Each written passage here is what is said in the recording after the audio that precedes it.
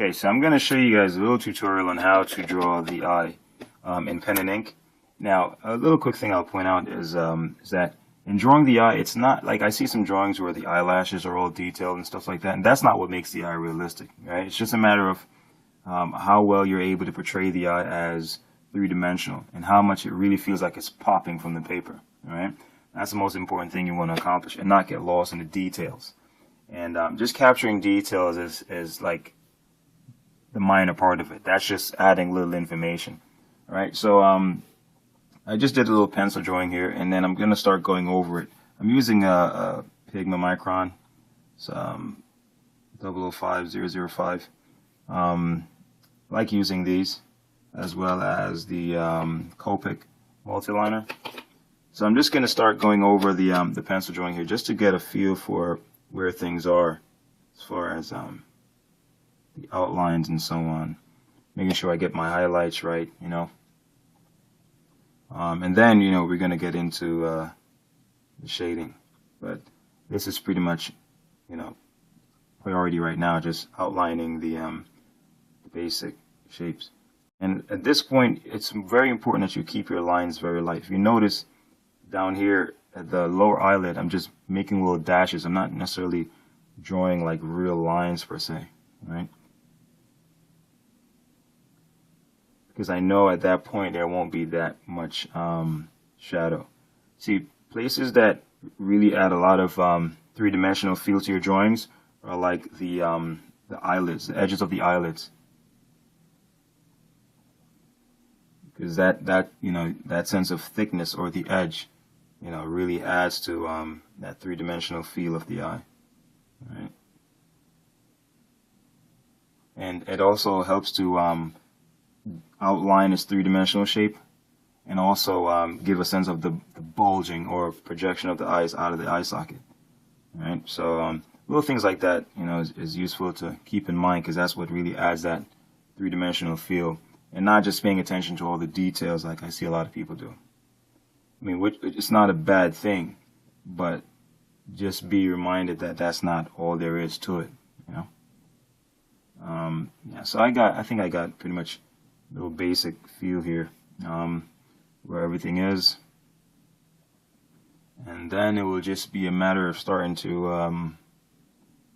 you know, knock out the little details, knock out the values and the major planes and so on. So I'm just gonna erase away some of these pencil marks. So now I'm just left with the ink drawing underneath. Alright, so now we got a clear view of where things are. So I'm just going to start layering things in. And that's another thing too. It's very important when you're doing your ink drawings to build your values in layers. You don't be too in a rush to start any heavy shading too early. Right?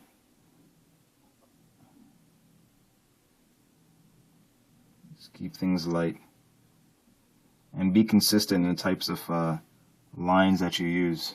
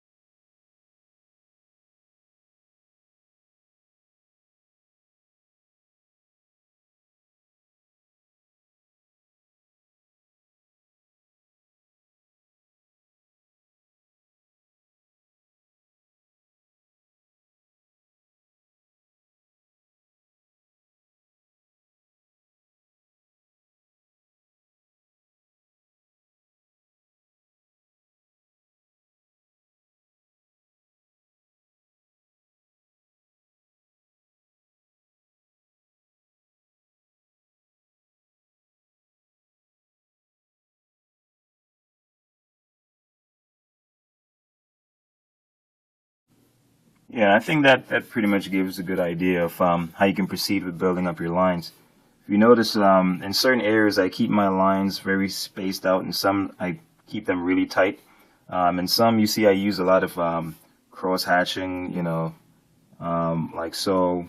And then in some, I just use, different groups of just single hatch lines. See, so it's really just a matter of listening or feeling out the forms as you work through, and just kind of paying attention to the form itself. Sometimes the form itself will tell you how to shade or what lines to use. If you notice on the edges of the eyelids, I use a lot of straight lines. In the upper eyelids, the same thing.